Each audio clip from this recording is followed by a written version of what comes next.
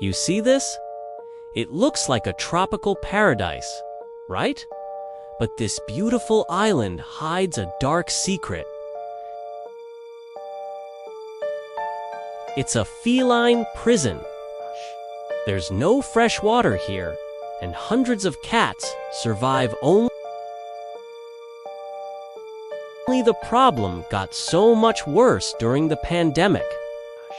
Some people actually pay boatmen to dump their pets here, thinking they'll be living free. Local heroes are fighting back, providing medical care and running spay and neuter programs to control the population. But it's an endless battle. Abandonment isn't freedom. It's a death sentence.